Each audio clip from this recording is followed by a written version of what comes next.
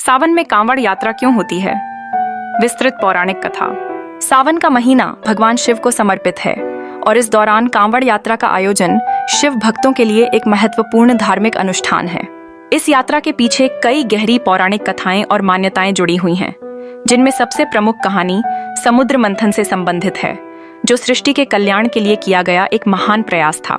समुद्र मंथन और हलाहल विष पौराणिक कथा के अनुसार एक बार देवराज इंद्र के अहंकार के कारण महर्षि दुर्वासा ने उन्हें शाप दे दिया, जिससे स्वर्ग श्रीहीन हो गया और देवता अपनी शक्ति खो बैठे। इस समस्या का समाधान ढूंढने के लिए भगवान विष्णु ने देवताओं को असुरों के साथ मिलकर समुद्र मंथन करने की सलाह दी। मंदराचल पर्वत को मथनी और शेषनाग वासुकी को नेति बनाकर समुद्र का मंथन शुरू हुआ। मंथन से कई दिव्य रत्न और वस्तुएं निकलीं, जैसे कामधेनु गाय, ऐरावत हाथी, कल्प वृक्ष, अप्सराएं, देवी लक्ष्मी और अंत में अमृत कलश।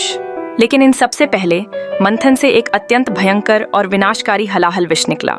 यह विष इतना तीव्र और घातक था कि इसके प्रभाव से तीनों लोकों में हाहाकार मच गया। विष की ज्वाला से सृष्टि जलने लगी, पेड़ पौधे झुलसने लगे और सभी देवी देवता तथा जीव जंतु भयभीत होकर इधर उधर भागने लगे।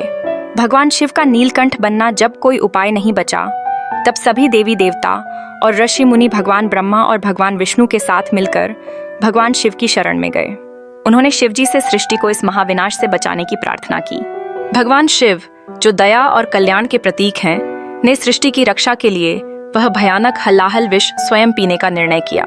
शिवजी ने उस विष को अपने कंठ में धारण कर लिया।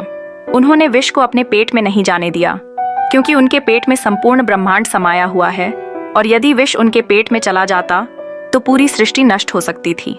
विष के तीव्र प्रभाव से शिवजी का कंठ नीला पड़ गया और तभी से वे नीलकंठ कहलाए। इस घटना ने भगवान शिव के त्याग और करुणा को चरितार्थ किया। रावण और परशुराम द्वारा जलाभिषेक। कांवड़ यात्रा का आरंभ कंठ में विष धारण करने के कारण भगवान शिव के शरीर में भयंकर जलन होने लगी।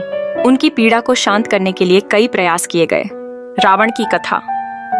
भगवान शिव के परम भक्त और प्रकांड पंडित रावण को जब अपने आराध्य की पीड़ा का पता चला तो वह अत्यंत दुखी हुआ।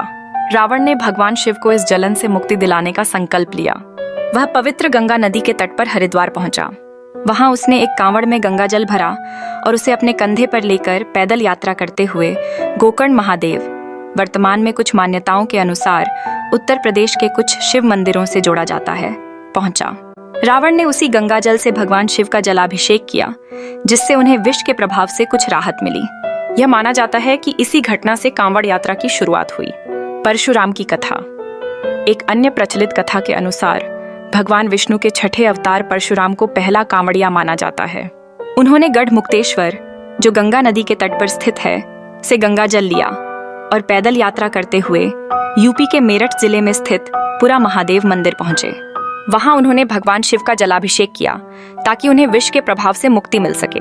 आज भी जारी है आस्था की यात्रा इन पौराणिक घटनाओं की स्मृति में और भगवान शिव के प्रति अपनी अटूट श्रद्धा व्यक्त करने के लिए हर साल सावन के महीने में लाखों शिव भक्त कांवड़ यात्रा पर निकलते हैं। वे पवित्र गंगा नदी या अन्य पावन नदियों से जल भरकर उसे कांवड़ में रखकर पैदल चलते हुए विभिन्न शिव मंदिरों तक पहुंचते हैं। इस दौरान वे बम बम भोले और हर हर महादेव के जयघोष करते हुए आगे बढ़ते हैं। अंत में वे उसी पवित्र जल से भगवान शिव का जलाभिषेक करते हैं, जिससे उन्हें महादेव का आशीर्वाद प्राप्त हो सके और उनके जीवन में सुख शांति आए। यह यात्रा न केवल धार्मिक आस्था का प्रतीक है, बल्कि त्याग, तपस्या और भक्ति का भी अनुपम उदाहरण है।